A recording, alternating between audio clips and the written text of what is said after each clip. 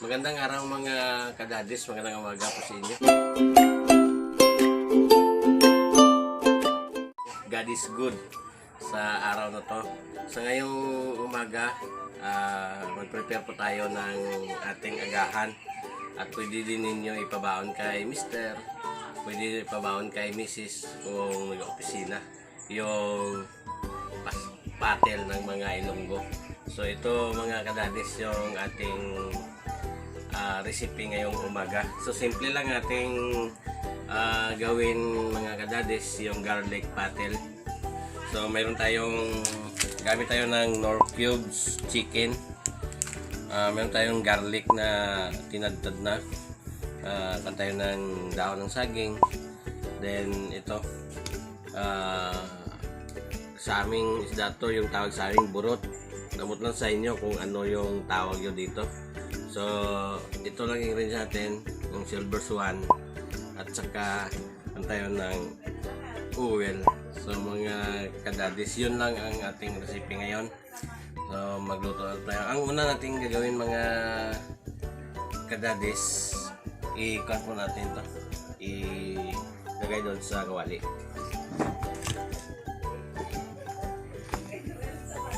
Ito na mga kadadis, pinakuluan na namin ng water. So ngayon, isalang natin to mga 10 minutes kasi madali naman to maglambot na isda. So yun lang, hayaan na muna natin to.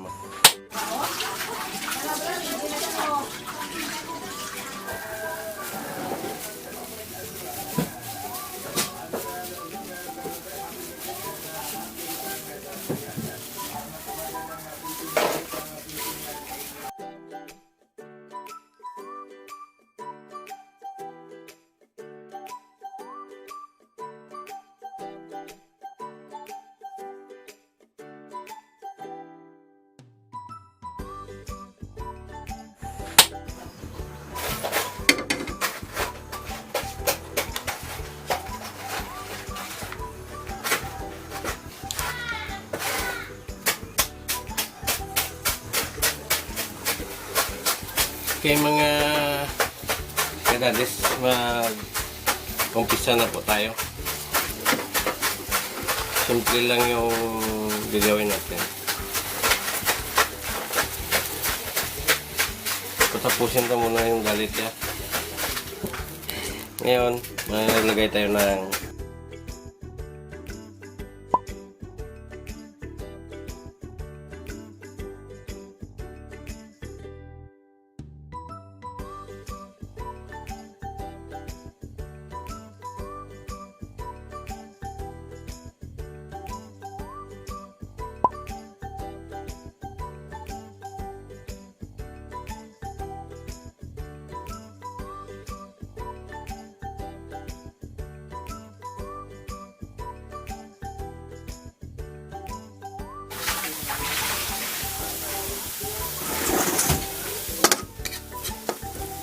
lagay natin yung laman ng isda.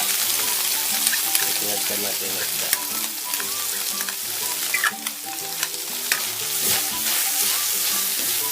Lagay tayo ng Knorr. Nagdag muna tayo ng malit na tubig para mapag yung laman ng isda.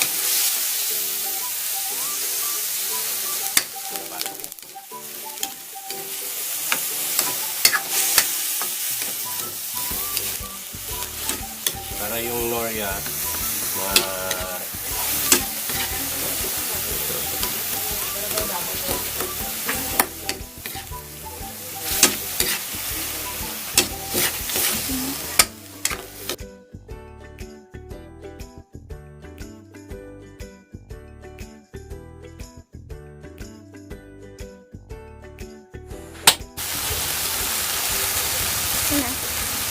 magpandahan ng tuyo mga kadad.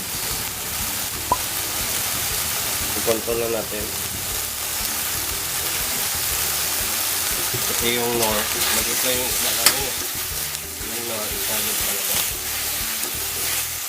Nakamahalas ko ba?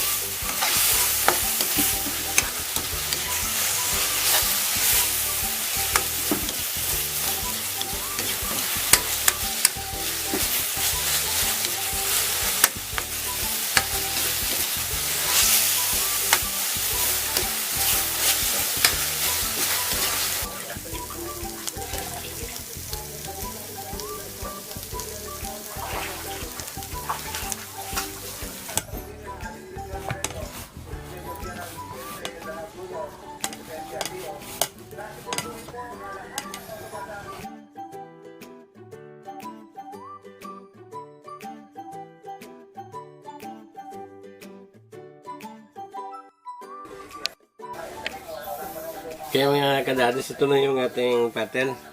Maliit lang pero marami na to. Kasi balutin natin sa dahon ng saging. So para pang baon mga kadadis. Okay. Yung gagawin natin, ito yung kuan. So sinsya lang sa aming kuano. Wala kaming kuan eh. Wala kaming brush. So ito oil po mga kadadis, oil to. Ibasahin na natin ng gusto para maganda yung ating kain mamaya. Ganyan lang oh. Yun. Ano na ng kunting ito po mga kadadis. May nagpaputo sa amin. Nagbabalot kasi maganda daw. Kukunin daw nila sa trabaho.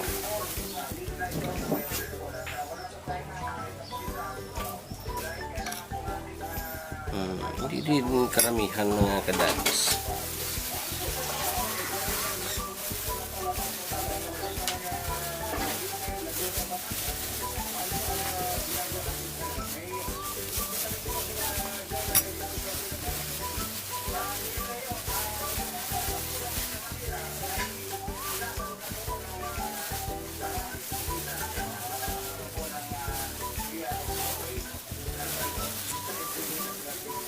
Ito, tuwa mo sa ibabaw niya.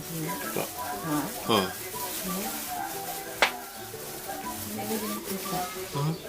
Kita mo po. Hindi siya marunong kadadis Hindi ako magbalot. marunong magbalot eh. Si Kamamis ang magbalot.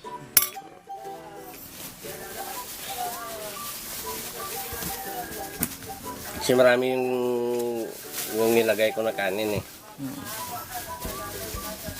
Yun lang. Kuha natin ng oil, yung dahon para pagkagat natin, pagkain natin.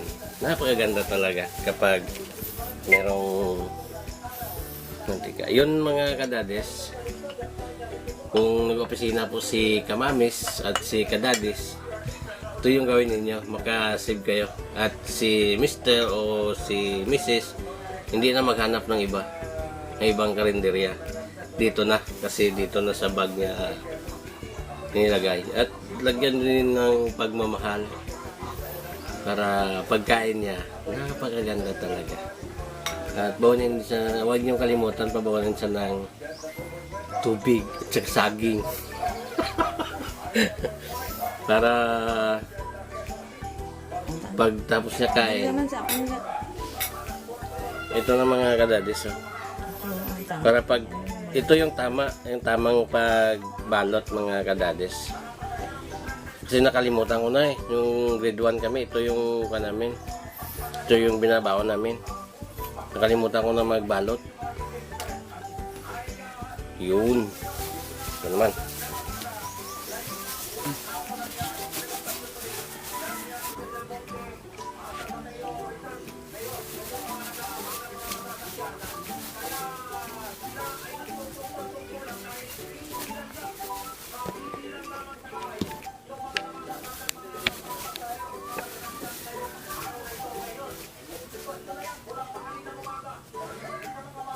Ito man kita. Ito man klaba. Ano ko man ito ilang iyan mo?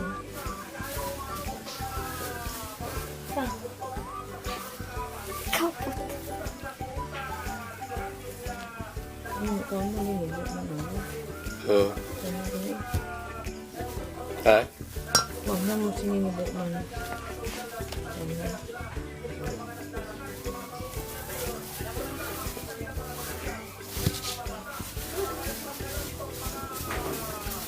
Hindi pa yung nakarga eh. Ano ilan?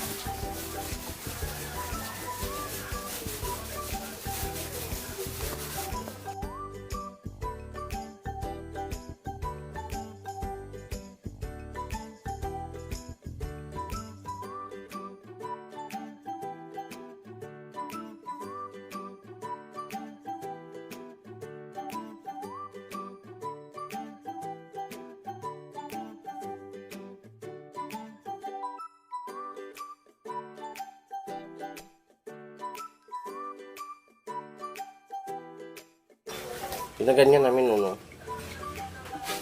Ginaganyan, no? Ang tapos bang gano'n. Tapos, Picture finish yan ka. ginaganyan namin, no? Hindi ka marunong, eh. Ganyan lang siya. Pwede rin. Yun, no?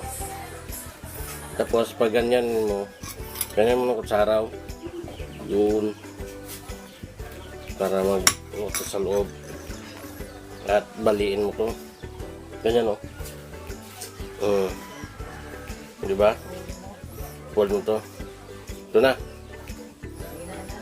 Pero mga kadadis, hindi ito kung ikuan nyo, kung pagbinta nyo gawin yung negosyo, hindi ganito ang pagbalot. So, ganun maganda ang pagbalot. Dito sa amin, pangkain lang ito, pangbaon. Ito, nagbarangkewan na lang. Walang pang baraghal. So, kung ikuan nyo yung pang negosyo, kailangan napakagandang pagbalot mga kadadis. Yung magandang dahon talaga ng saging yung gamitin. So mga kadadis, ito na ang ating